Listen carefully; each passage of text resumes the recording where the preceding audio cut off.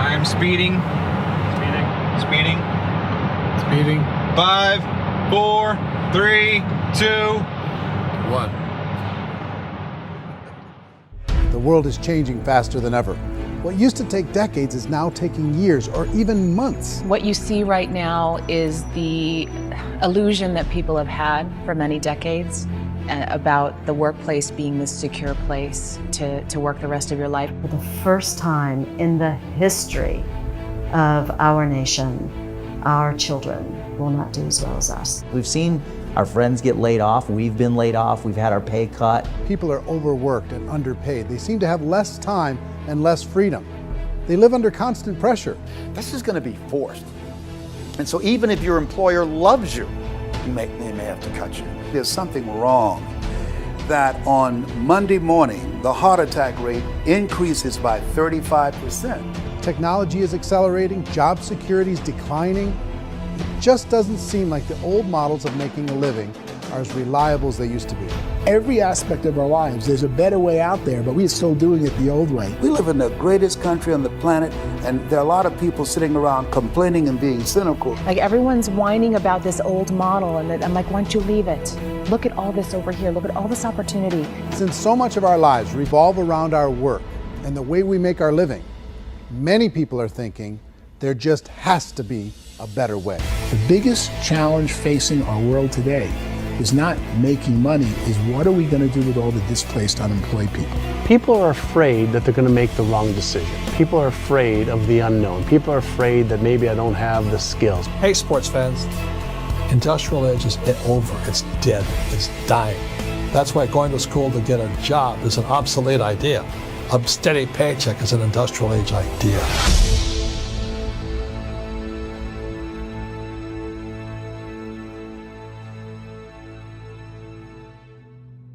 It's the search for answers that has brought us here together today. My name is Eric Worre, and for almost 30 years I've been an entrepreneur, struggling at times, but ultimately succeeding. As a best-selling author, speaker, and business owner, I've spent my entire career helping millions of people around the world to become entrepreneurs. And I believe strongly that there is, in fact, a better way when it comes to how we make a living. The career landscape has changed dramatically, and many are still working in a model that is completely out of date. What worked for previous generations isn't working as well for people today. In this film, we're going to explore 3 important questions. First, what's really going on in our working world today? Second, in this new economy, is it better to become an entrepreneur, or is it safer to work for someone else? And third, if a person decides to become an entrepreneur and start their own business, how can they do it without taking on massive risk? To help in this journey, I've brought together some of the greatest experts and thought leaders in the field of entrepreneurship to share the real facts with you. My intention is to give you new information that will allow you to make choices that are not limited by an old, outdated model. Let's start by understanding what's going on in our working world today.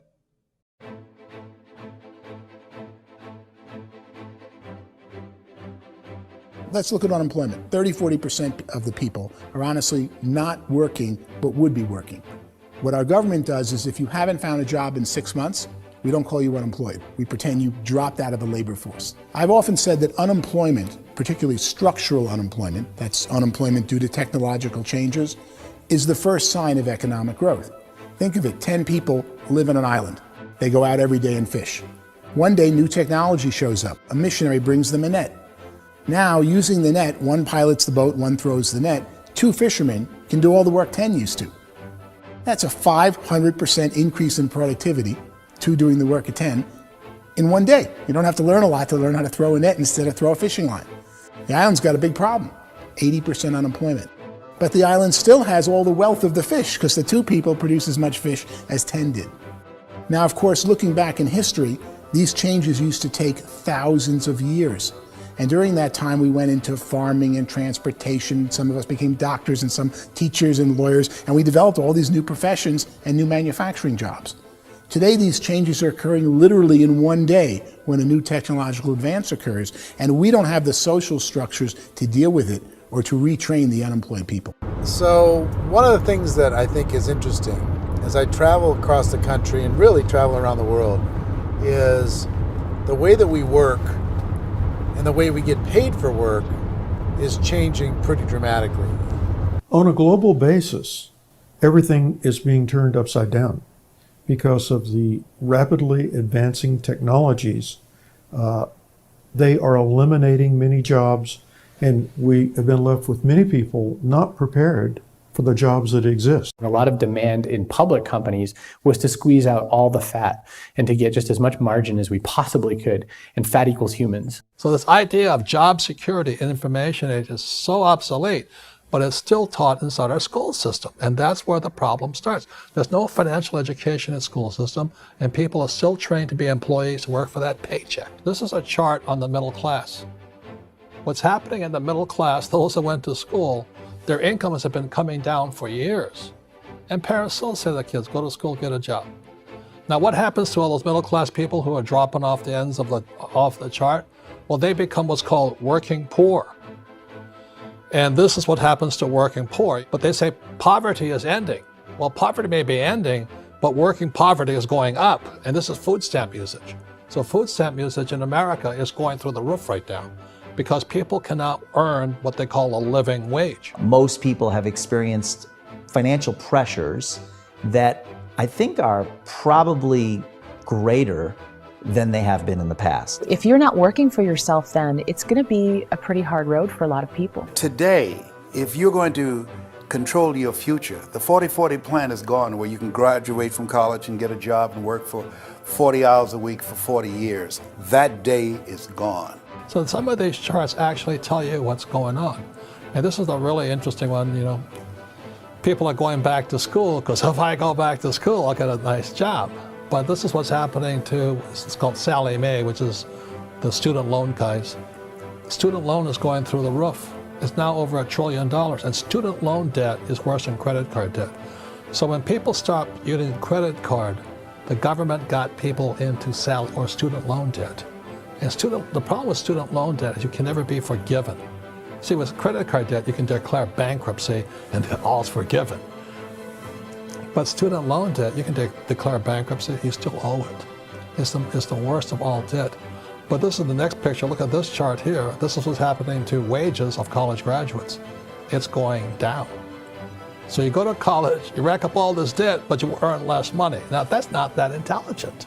Average person who's been working a lifetime in America today is ending their lifetime at 65 with about $41,000 in assets. They earned just enough to survive. I think in the United States we have something like 17 trillion in debt. That's just the federal government debt. We got another 2 in municipal and in other, let's call it almost 20 trillion government. We've got 40 trillion in private debt. That comes up to close to 60 trillion. When you then add something we never had before, what you were talking about, when we look at the unfunded portion of Social Security and primarily Medicare, Medicaid, that at the most conservative estimates from outside firms, Kleiner Perkins, 67 trillion and growing. That's more than all our other debt. There's less conservative estimates that say it's 84 trillion or higher. I added up conservatively $127 trillion in total debt. Debt is a financial drug. When you take it to excess, it's like taking a drug. Yeah, it makes you feel better, it enhances your performance, but at a huge cost, eventually it kills you. And so that's what happens. We keep doing more and more debt, and you get less and less results, just like a drug, until the debt gets so high that it crushes the whole system. That's where we're at, 8.2 times GDP. You know who I feel sorry for? I feel sorry for the person who dreads going to work, who is sick to their stomach on Monday morning, who hates their alarm clock, who gets a little glimmer of hope on a Wednesday because it's hump day and says, thank God it's Friday. And they live for those 2 days a week where they get to be themselves and they don't have to be around people they don't like, and they don't have to play the political game in the office, and they don't have to live this half life. The person that works 50 weeks a year just to be able to have the 2 weeks for vacation. And you know what happens to most of them nowadays? They don't have a vacation. They have a staycation. They have time off of work, but they don't get to go where they want to go because they're overextended. They've got all this debt. They got all this situation. They hate their alarm clock. They can't sleep until they're done. They have to spend most of their life in traffic.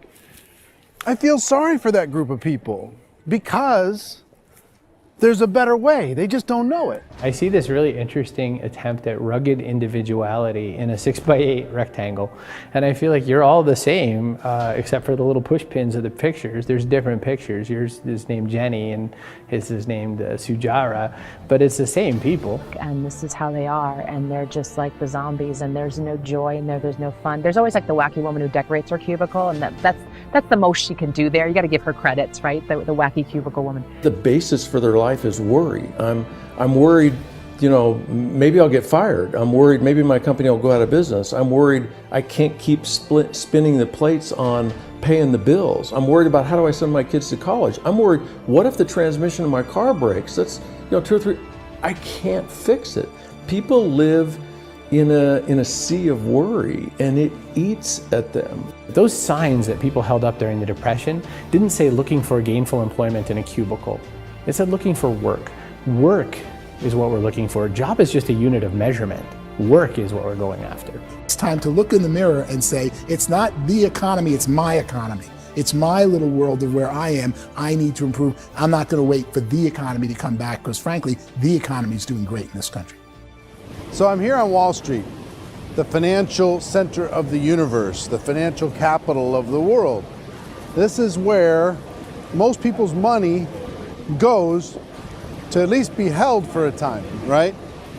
With interest rates in banks being effectively zero, and many experts are predicting it's going to stay at zero for the next 10, 20, even 30 years, people feel like they don't have any choice but to put their future into equities, to put their future into the hands of other people on this stock market, and hope that the stock market goes up, hope that the stocks that their advisors pick or that they pick goes up. That's one way to go, I guess. It's my personal belief that if you put your future into the hands of yourself, in other words, you have earning power by yourself, I think you're a better investment than these guys. I think you controlling your future is a better option than handing over your retirement to these guys. The average household income in the United States is approximately $50,000 a year, what they call the middle class. To reach the top 25% of income earners, you'd need to earn at least $90,000 a year. To reach the top 10% would be a household income of $140,000, the top 5%, $190,000, and to be in the top 1%, you'd need a combined household income of at least $380,000 a year. So here's the question. What do you think would give you the best chance to move up and get to the top 10%, the top 5%, the top 1% or beyond? In my opinion, and in the opinion of many, many experts, the answer is to become an entrepreneur, to become your own boss. I think you have to be a business owner. I can't, the only time I ever say to someone it'd be great to be an employee is when they've already told me they've surrendered. I only tell people who are wounded spiritually that they should be an employee. And it's that feeling that you get when you pick up the backpack off the little Cub Scout and say, "Don't worry, little guy, we'll get you back to the camp." It is in no way a kindness when I tell someone they'd be a great employee. The other status symbol really increasingly is lifestyle. And people can own their own business, maybe even work out of their house. That, I tell you, people admire that, like, gosh, I wish I could do that. The spirit of the entrepreneur is to be a risk taker and to be resourceful and unstoppable and to have a vision of yourself beyond where you are and not willing to settle for life as it is. Think about the great entrepreneurs. They're visionary. They have heart. They're willing to do today what others won't so they can do tomorrow what others can't. Personally, I don't think of the new economy, the old economy. I create my own economy. The entrepreneur's in control. I decide what the economy is going to be like. In the world of entrepreneurship, there are no limits. You can make as much as you want, depending on how much you want to work and how smart you are and how great a team you put together. There's no more lifetime rewarding business than being an entrepreneur. Why in America, where anyone could be anything, would people want to give up their freedom and become effectively a modern day slave, told shut up and be here every morning at 7:30, leave at 5:30, and do what I tell you? If people decide to become an entrepreneur and work for themselves, they have some traditional options, but they're riskier than you might think. Any kind of a retail business, retail build-outs is extremely expensive. Even just these small little yogurt stores where they're putting little yogurt machines and you get all the different flavors, you're spending $200,000, $300,000, $400,000 to open a yogurt shop. I would love to buy a Dunkin' Donuts, but it's $500,000 or so to start. I don't quite have that just in case money. Risking lose it all, and most guys do 2 or 3 times, and even big guys like Branson, because I'm such a fan of his, half his companies don't work. If you make $1 million, your problems are going to go. If you make $1 billion, your problems are really going to go.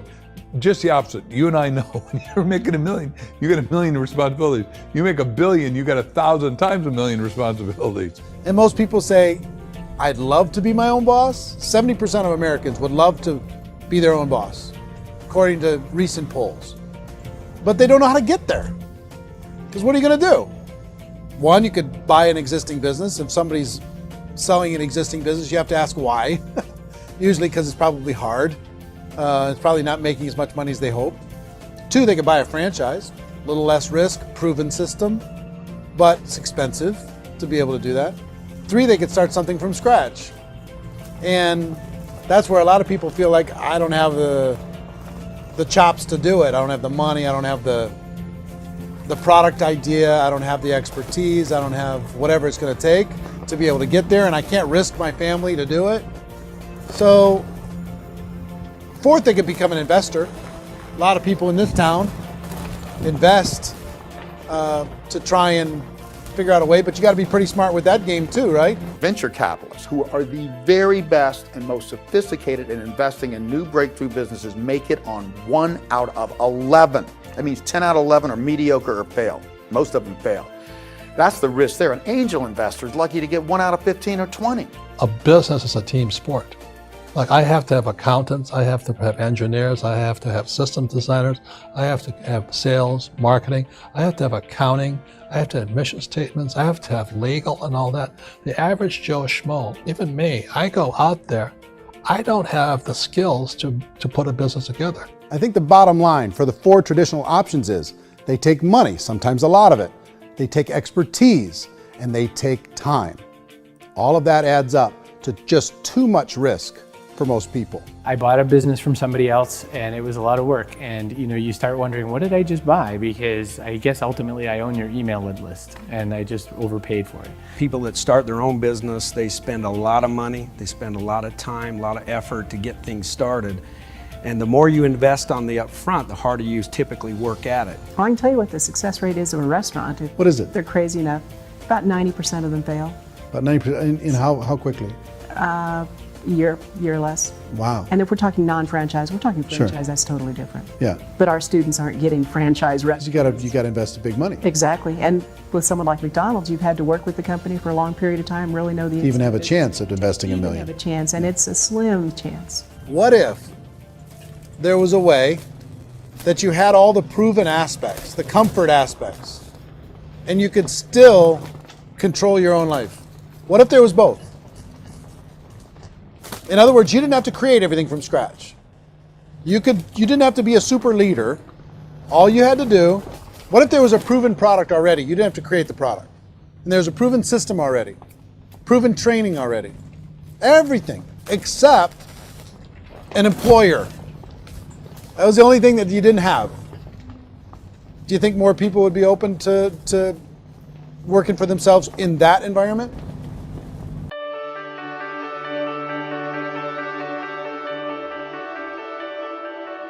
In our search for a better way to make a living, we've come to the conclusion that becoming an entrepreneur is actually safer than being an employee. And through our look at the entrepreneurial options, one particular path kept coming up from expert after expert. And I think most people will find it surprising because it's certainly a non-traditional business model. That model is for people to start their own business and become an entrepreneur through the creation of a network marketing business. Some people call it direct selling because the product is being sold directly from the manufacturer to the end consumer, cutting out the middlemen. Other people call it multi-level marketing, or MLM, because there are multiple levels of commissions paid.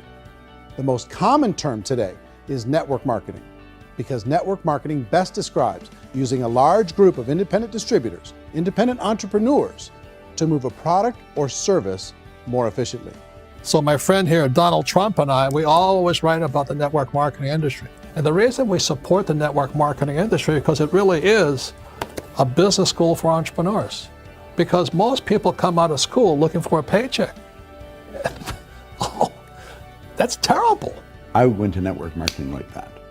I think if it didn't exist, we should invent it. It is that good. I think direct selling is a great way to do business today. It's very easy to get into that industry, and you can be self-employed, be in effect an entrepreneur. When we see multi-billionaires adding network marketing companies to their portfolio of companies, that would be a clue. When we see people who are very famous authors and very famous business people endorsing the industry, that would be a clue. These network marketing companies aren't $50 million companies, they're billions and billions of dollars. They lead the stock market, they're major companies. When we're going to get it? You know, and you're going to school to work for a paycheck, but if you want to be rich, be an entrepreneur, and network marketing gives you the spirit to be an entrepreneur. A traditional company will spend up to 50% of their total revenue on marketing. Network marketing companies use a different approach. Instead of having all that extensive marketing expense, they utilize a network of independent distributors to do the marketing for them. Now, why do they do this? First, because word-of-mouth advertising is so much more effective today than traditional media advertising. Second, some products need to be explained or demonstrated, and an independent salesperson can do that more effectively than an ad campaign. Third, it's completely efficient. The company only pays for the marketing of their product if a sale happens and not before. Imagine if Amazon allowed you to become an independent distributor and paid out 40% of its revenue to that distributor group. All you had to do as a distributor was recommend a product, and if a person bought it on Amazon, Amazon would take care of all the logistics and you'd get paid for bringing the customer. Now imagine you got paid for every purchase that customer made for the rest of their lives. Well, Amazon doesn't offer this option, but network marketing companies do. 85% of all buying decisions in our society are made as a result of word of mouth or reputation. We're recommending things to each other all the time. You know, who's your dentist? Who's your doctor? Who's your lawyer? What detergent, are you using? What legal system are you using? What product are you using? We're talking to each other about the things that we love anyway. When you go into a big box retailer, you're lucky if the clerk looks you in the eye, much less gives you any detailed or accurate information about what you're purchasing. So of course, this personal information, this education coming from a friend, a neighbor, a relative, or even a stranger, but one who has experience with the product is extraordinarily valuable. As a matter of fact, network marketing can educate consumers probably better than any other form of marketing.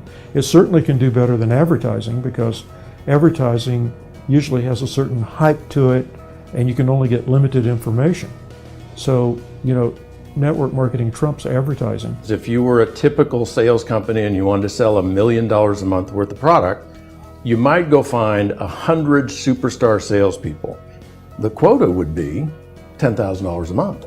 So network marketing as a distribution system just flips the numbers. So we use 10,000 happy, raving fans of a particular product, and we don't concern ourselves so much with how much product each one of them individually sells.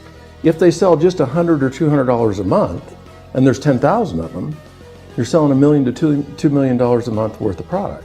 And that's the best way I can explain how network marketing works. This is the marketing arm of the company. There's not money being wasted on bricks and mortar. There's not money being wasted on inventory that's sitting stagnant somewhere. There's not of employees standing around that don't have customers. These are people that are going to connect with customers. These companies allow people to become independent distributors for extremely low cost and with no minimum time or sales quota. Essentially, they own their own business and can provide as much or as little sales as they choose. In other words, the distributor gets all the benefits of traditional business ownership without the risk. The advantage of network marketing is the ease of entry, the low risk, and the low startup cost, because almost everything else has very high risk. You can get in for a minimal investment. You're buying into a system that's already been proven, products or services that have been proven to work. The keys to network marketing is providing an opportunity for the masses to get involved, providing an opportunity for the average person who doesn't have the resources to start their own business. All of this so far is fairly straightforward, but network marketing offers another benefit, and it's this benefit that makes it so interesting for entrepreneurs. Network marketing allows a distributor to build their own network of other distributors and then compensates them on the sales created by that entire group. Direct selling is, at its base, very simple. It's the sale of a product or service to an individual on a face-to-face, one-on-one basis, just the way we're talking right now. But there's an important element as well, and that's the offering in conjunction with that sale of product, the offering of an opportunity for someone to make something of themselves. No matter what your social status is, no matter what language that you speak, I mean, look how many unbelievable people are becoming successful that speak every kind of language out there. What an awesome gift to give the world. Instead of having to work your way up in a system and prove that you could be a sales manager, they just decided everybody can be a sales manager. Everybody gets to build a sales team from day one. And so what that brought into the system of growth as a direct selling company is the concept of compounding or geometric progression. Because now you can actually grow a sales force very quickly because everybody is enrolling people in their own sales force. People who are like, oh, this is weird, I'm building a sales team, or what do you think you do at a regular company? How do you think a regular company works? Network marketing is the only industry that doesn't say your past determines your future. It looks at your past and says, okay, now what can we train you to do so you can have a great future? Every other employer out there wants to exploit you for what you already know, not teach you something new. Network marketing has the potential to save the United States and the world, because it's going to teach people not to be employees, but to be entrepreneurs.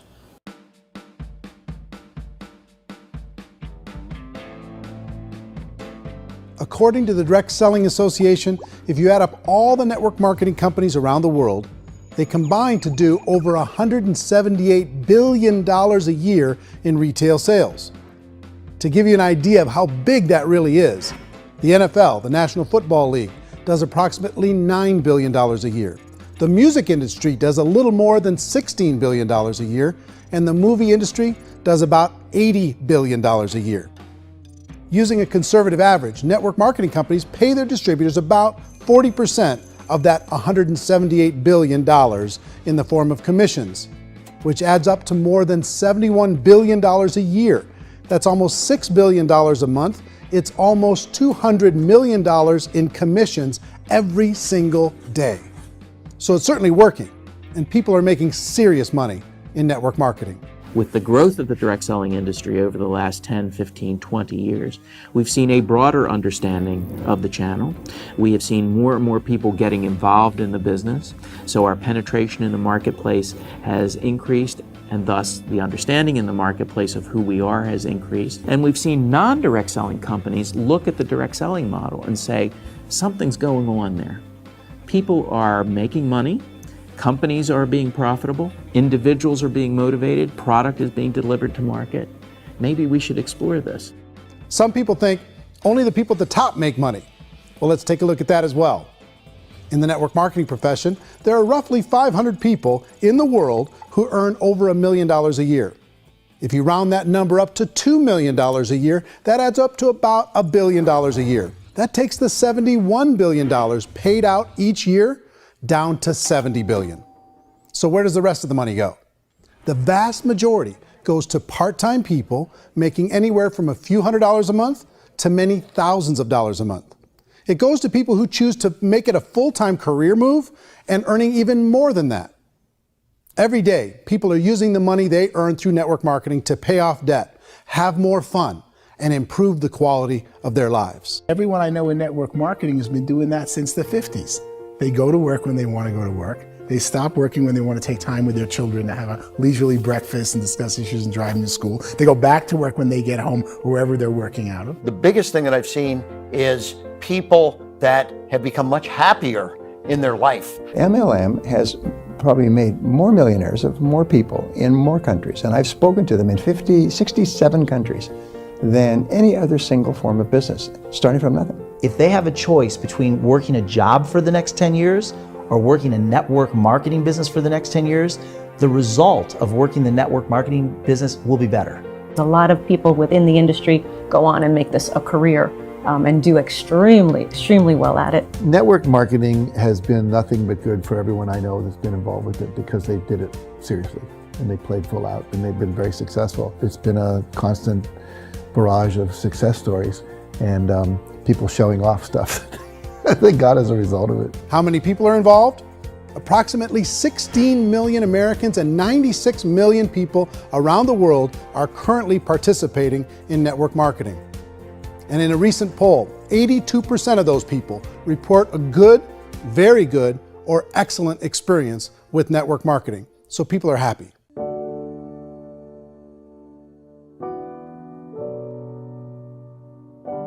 So I've taken a look at the network marketing profession and really tried to understand why so many people are confused as to the validity of this as a business. One is this pyramid shape. People get really messed up with this pyramid. Oh, it's one of those pyramid things. So I just think there are a lot of haters out there who really don't understand the industry and say, oh, it's a get-rich-quick scheme. It's a pyramid. Well, corporate America is a pyramid scheme. You know what I mean? It goes like this. You have thousands of MBAs, let's say working for Ford or General Motors or Coca-Cola. If all these MBAs, they're all trying to get to here, that's a pyramid. Only one guy's going to make it. Every 10 years, one's going to make it. Whereas you look at network marketing, it's like this. So you're here, and your job is to develop other CEOs coming up behind you. So it's an inverse pyramid. In network marketing, it's a very simple concept. If you sell product, you get paid. It is paid based on production. There is no first mover's advantage. There is no investment component where the more somebody spends, the more they're entitled to make. So the two are polar opposites of each other. It doesn't matter what shape the company is or the compensation plan is shaped, whether it's a circle or a pyramid or a triangle or a trapezoid, it doesn't matter. If compensation is coming primarily from recruitment, then you've got a problem. On the other hand, if an operation is basing their compensation to participants on the basis of sales, even when those sales are generated by people you've recruited, well, then you're a perfectly legitimate enterprise. That's the legal test, it's the practical test. Another issue that's been true in the past that is no longer true now is people used to be in network marketing loaded up with products that they couldn't sell and they ended up a loser. They ended up with a bunch of product in their garage, they ended up with a bunch of products sitting in their kitchen shelves or whatever, and they thought they could sell it and then they weren't willing to or able to sell it and they ended up with a bunch of stuff and they were bitter about it. There was this thing called front loading where you had to buy if you bought $25,000 worth of product, you got better commissions and all this. Today, it's almost all done by computer. It's direct mail comes from a warehouse somewhere else. You don't have to have all this inventory. You don't have to stock up. It's a paperless world now. Most of it's done online. You have a back office. It really works. And I mean, the technology has changed everything. Third issue is people start talking about 99% of people in network marketing don't make any money. Well, we've talked about that over the course of this journey together. Almost $200 million a day is being paid out to network marketing distributors around the world. The naysayers, the people who say that it doesn't work, are usually the ones who just don't know how to make it work for themselves. And so they're giving you an opinion, and I tell people, don't confuse people's opinions with expertise, because opinions are free. And don't confuse sincerity with the truth, because people could be sincerely wrong. But here's the reality inside of network marketing. The vast majority of people that get involved in network marketing just become customers, and they get involved to be able to purchase product at a lower price. If you take Costco as an example, if a person goes into Costco and gets a membership to Costco so they can get a lower price on the product, we don't call that person a loser because they have a bunch of product that they walked out with a smile on their face. Yet when some people want to take a look at network marketing, they say, well, those people, they're just using the product and they aren't earning an income, so they must be a loser. They're not a loser, they're a happy customer. That's the vast majority of people that are involved in network marketing. Now, a smaller percentage of those people decide to go build a business. They earn $300 a month, $500 a month, $1,000, $2,000. That's the bulk of earnings in network marketing. And then there's the few that really decide to take it serious, really decide to build a large network, really work to make that network very, very productive. And those people make huge amounts of money and there's no cap. What I do as an outside economist, just somebody looking at this industry like any other industry I speak in and say, look, what's the realities of this? 1% do incredibly well. 10% generate some additional income at pretty low risk and effort. That's not, and 90% of people roughly end up customers. One thing that I think is real when it comes to people's perceptions about network marketing is people put this, and distributors, I think, involved in network marketing have some responsibility for this. They have sometimes unrealistic claims about the product or about the income. Most people who become distributors, they want the money, they want to be successful, but they don't have the skills. They don't know what to do. And when people don't know what to do and they're in a new business, they're scared. And when they're scared, they panic and desperation kind of sets in. So they think everyone they talk to has to get in. So if I talk to you and you say, well, no, I don't have time to do that, they're like, no, I need you. You have to do this or I won't be successful. So I start clawing on you. I start that desperation. So then I start making claims about the product, which are not appropriate, probably not even true. Or I start saying, oh, let me show you how you can make all this money and you don't have to do anything, Eric. And so you just totally misrepresent the opportunity, and you're clingy with people because you think you need everybody to be successful, and you don't. You know, one of the messages that I try to deliver most forcefully to companies as well as salespeople in direct selling is that you don't have to overpromise. The reality is in network marketing, there's a lot of hard work involved. There's a lot of effort. You're going to have to develop yourself. It's a business like anything else. It's going to take some time, but in my opinion, it's better.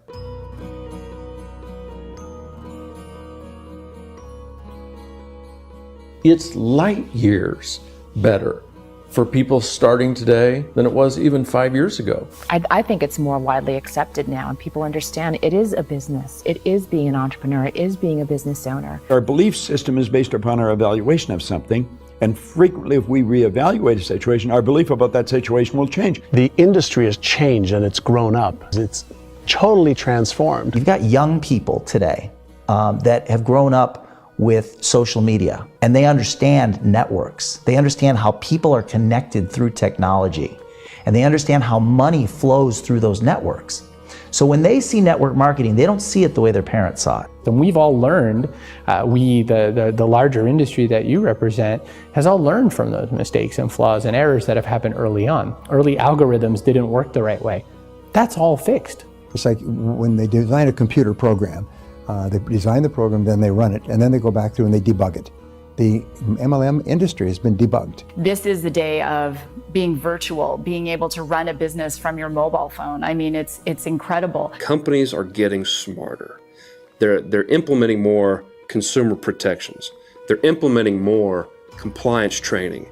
They're doing more with respect to product research. If you do get involved and you make purchases of inventory, even on a voluntary basis, if you decide that this business is not for you, you can leave and have that inventory repurchased by the company. There's no other business that offers that kind of protection on a voluntary, self-regulatory basis.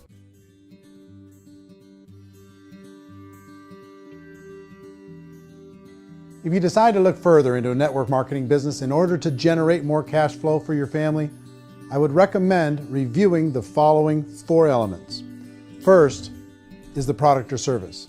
And on the product or service, I would ask 5 important questions. 1, do you like it? Is it something you would feel comfortable sharing with others? 2, is there a recognized need in the marketplace? It's hard to create a need if one isn't naturally there. 3rd, does the product meet that need? Does it solve a legitimate problem for consumers? And 4th, is it priced to sell? Can it compete in the marketplace? And 5th, is it priced for profit? Is there enough margin for the company and the distributor to be able to generate income for the long term?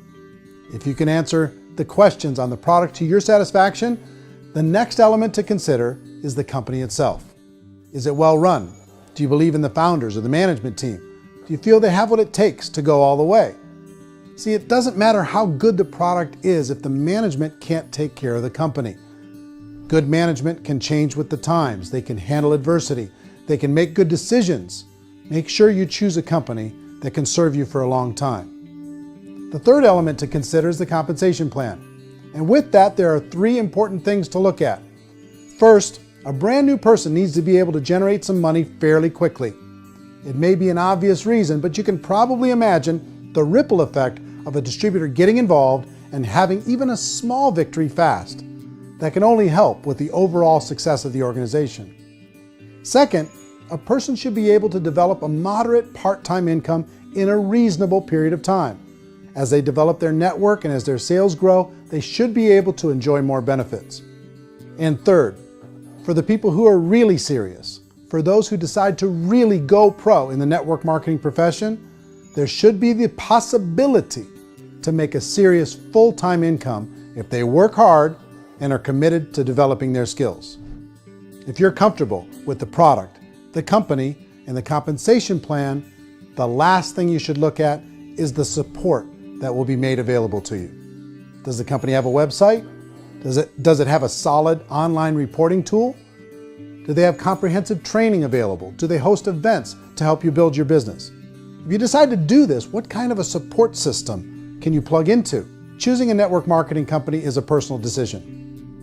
But evaluating the 4 elements of product, company, compensation plan, and support is a great place to start. Is the company promising that you're going to get rich quick or that you can make a lot of money without a lot of effort? That's a red flag. Is there a product that you really believe in that you think can be sold? Or are you being told by salespeople or the person who's trying to recruit you or by the company itself that don't worry about the product, all you have to do is recruit other people into the business? Red flag, warning sign. If you're hearing that, take a second or even a third look. Get to know the customers, the products, the business, have some success, and see where the opportunities might take you to move up in the organization. You want to find out how concerned are they about my education, my training, and my development? Is there a space for me to grow? Most important question. Learn everything that you can about the product. Make sure it's something that you believe in, and learn everything you can about the industry and work that system. You have to be very passionate about whatever that company is doing. I would get involved. You can always test drive anything, the product, the service, the community, and then lean into it a bit. If it feels good, then lean into it a lot. Behind me is the Lincoln Memorial. And this is a place where Martin Luther King Jr. had his famous "I Have a Dream" speech. And at that speech, he talked about his dream for equality for everyone around the world, and that's a noble dream. But I think more people need to remember what it was like when they were kids and the dream was still alive in them.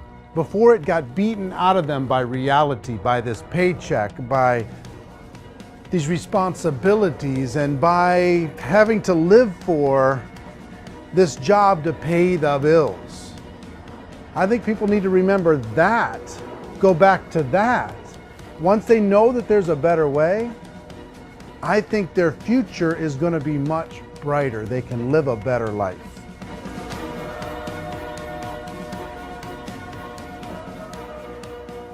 So if you're considering getting involved in a network marketing company, let me offer you just a few pieces of advice. First, network marketing isn't perfect. It's emotional, it's challenging.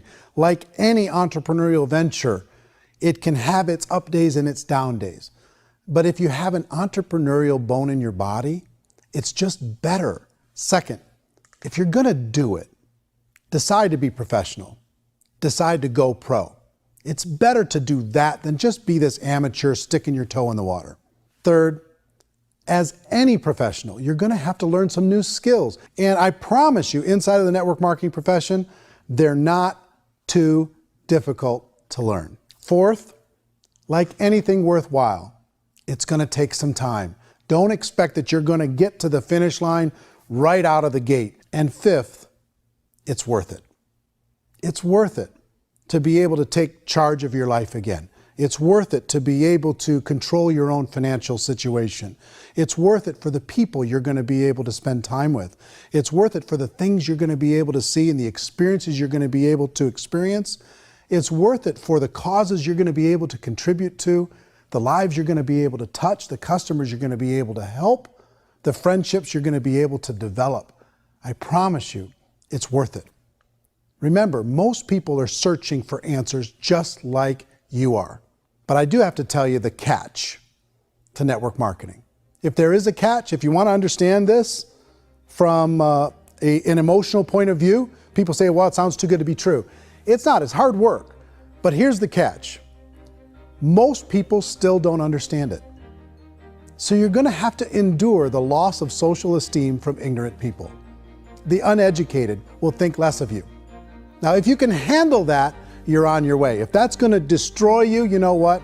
Entrepreneurship in general probably isn't in your future. If you can face that catch, you can become unstoppable.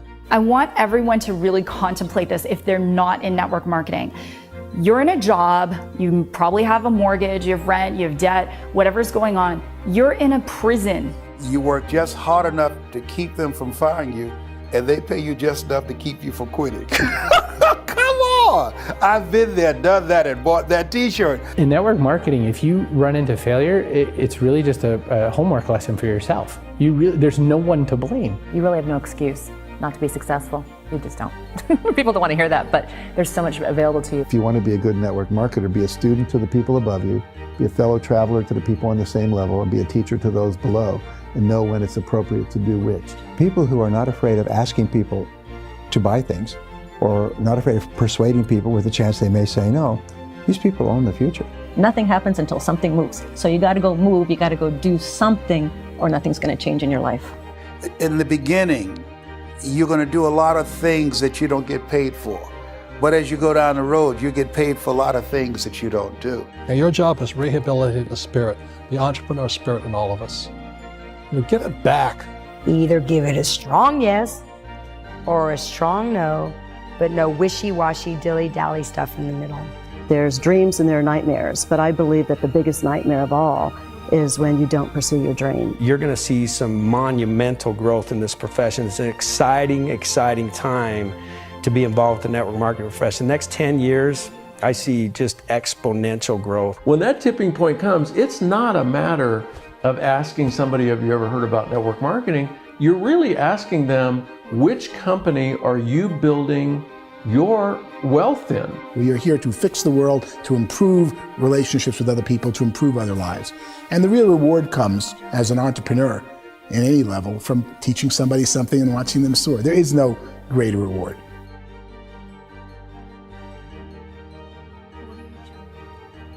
Life's too short to spend it living someone else's dream instead of your own.